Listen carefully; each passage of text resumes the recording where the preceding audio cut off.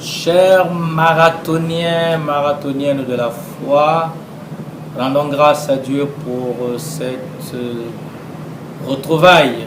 Nous sommes bien le 4e dimanche du temps de l'Avent, de l'an de grâce A, qui est évidemment le dernier du temps de l'Avent, donc le dimanche des conclusions par rapport à l'Avent, le dimanche des mises à route, étant donné que Noël c'est dans une semaine.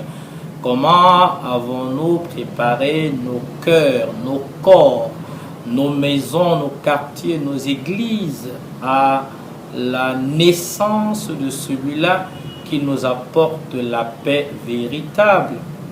Comment chacun de nous s'est préparé, s'est disposé à recevoir dans sa vie Jésus, sauveur du monde? Voilà des questions jetées à l'endroit de chacun pour permettre un bilan que nous devons faire.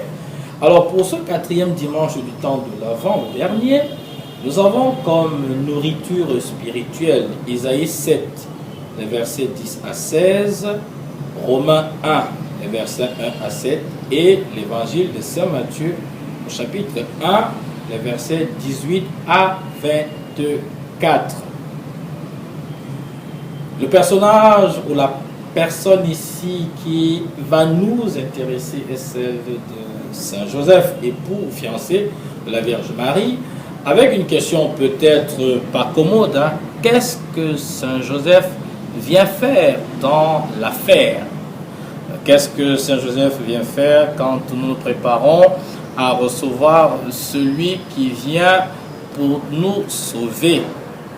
Mais avant, intéressons-nous aux autres lectures qui nous sont proposées pour nous nourrir.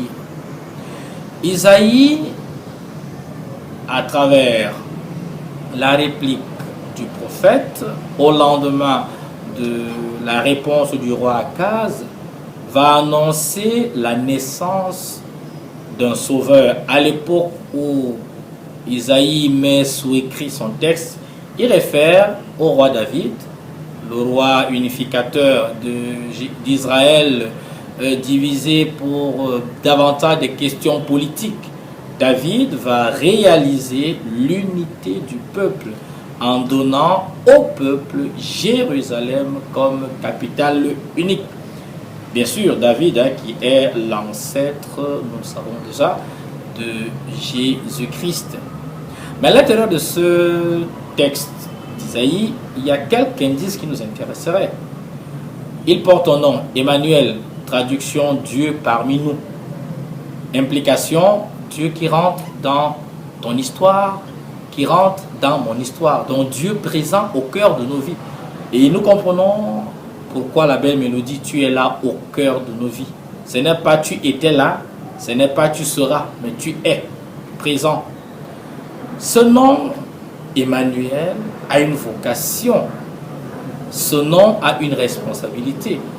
Celui-là, David, comme davantage de Jésus-Christ, a une responsabilité, choisir le bien et le bien ou le mal. Et il fera le choix du bien. Qui dit vie chrétienne dit responsabilité. Qui dit vie chrétienne dit choix. Il n'y a pas de vie chrétienne sans choix. On ne se met pas à la suite de Jésus sans opérer des choix qui sont toujours douloureux. Et Isaïe précise la nature des choix que nous avons à faire.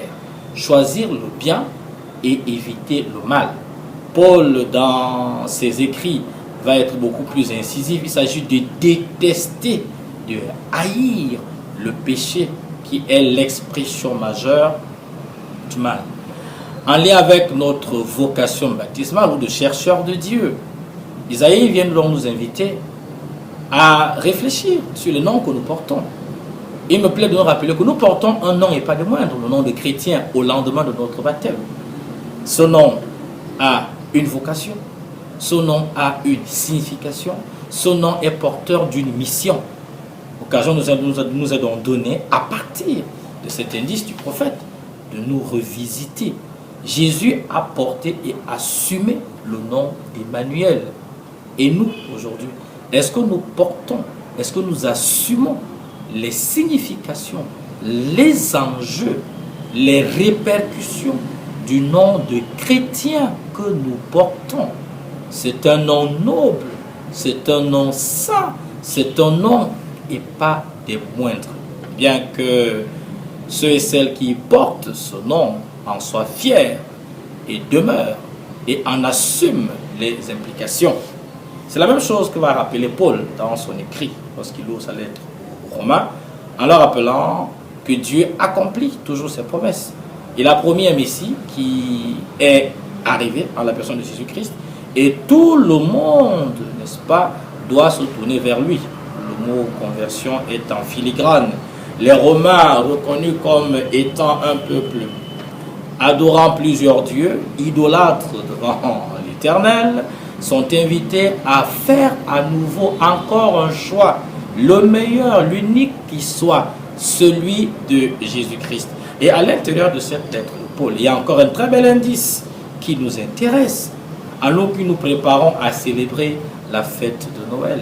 Et si Noël nous rappelait notre vocation à la sainteté?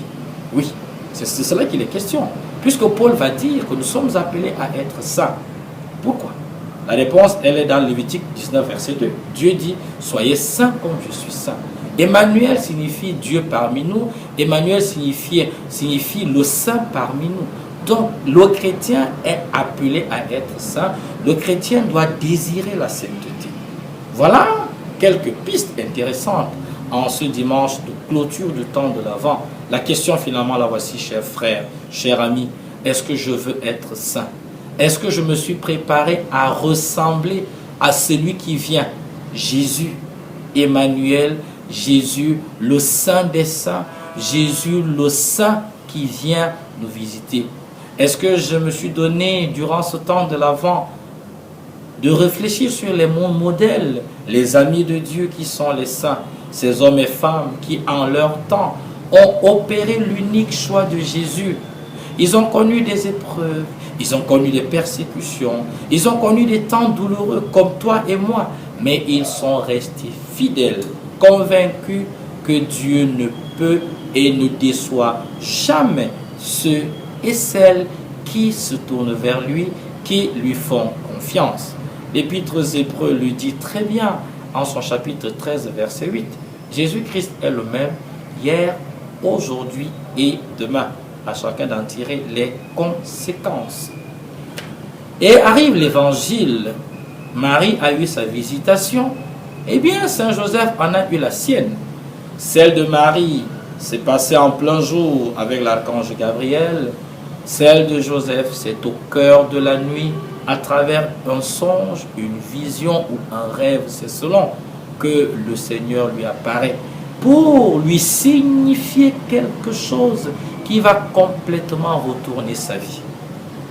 Oui, Joseph a dû prendre sur lui ce nouveau moment. Mais, au cœur de ce moment précis, il vient nous rappeler que Dieu est au cœur de nos vies. Et il conduit nos vies, nos histoires, l'histoire de l'humanité comme l'histoire de chacun d'entre nous.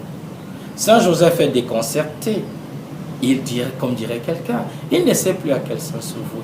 Mais il prend de bonnes décisions. Et c'est en ça qu'il nous intéresse. Il décide de renvoyer Marie en secret, au-delà de la douleur qui l'habite. Et ce geste de Saint Joseph, en lien que va révéler la visitation, vient nous permettre donc de nous rappeler encore une vérité fondamentale. Nous ne sommes jamais seuls. Au cœur de nos décisions souvent douloureuses, il faut encore avoir la grâce de demander, et le mot est lâché, le discernement. Joseph, malheureusement, on n'a aucune de ses paroles. Est-ce pour autant qu'il n'est pas un modèle? Que oui. Avec lui, admirons ses valeurs, ses qualités. Joseph, homme d'obéissance à Dieu, même s'il ne comprend pas le comment du pourquoi, du moment que c'est Dieu qui prend les devants, alors il répond à sa manière, comme Marie a répondu à l'archange.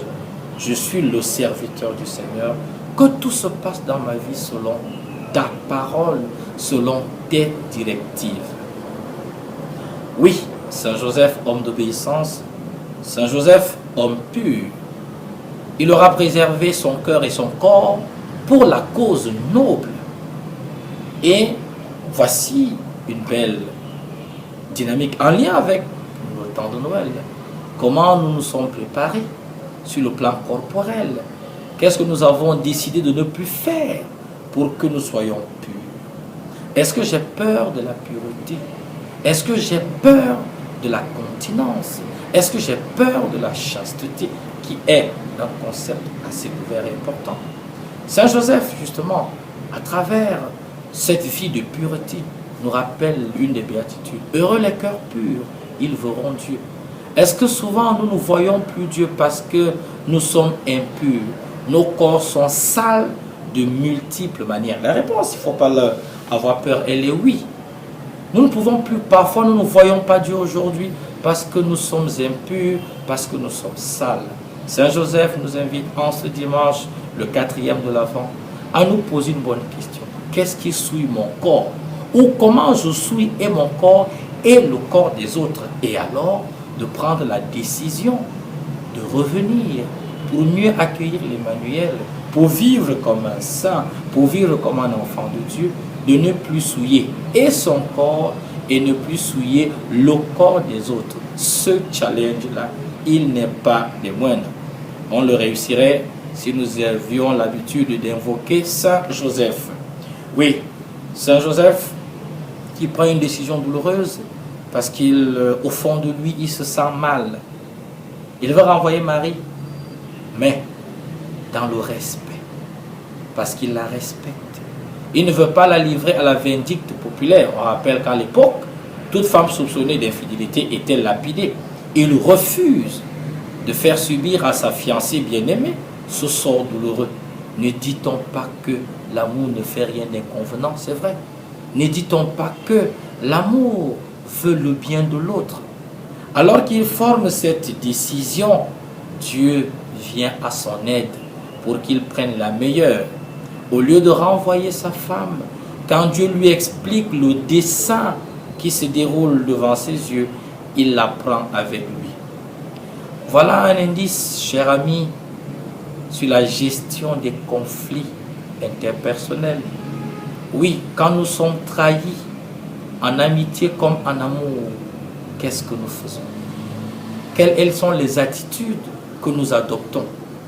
Est-ce que Saint Joseph aujourd'hui ne vient pas nous donner une clé pour à l'avenir non seulement vivre, mais gérer les conflits qui arriveraient lorsqu'on est trahi, lorsqu'on est abusé et lorsqu'on se sent mal? Que le Seigneur nous aide, frères et sœurs, alors que nous amorçons la grande semaine vers Noël, à libérer nos cœurs de tout ce qui peut être un frein à la célébration de l'amour de Dieu.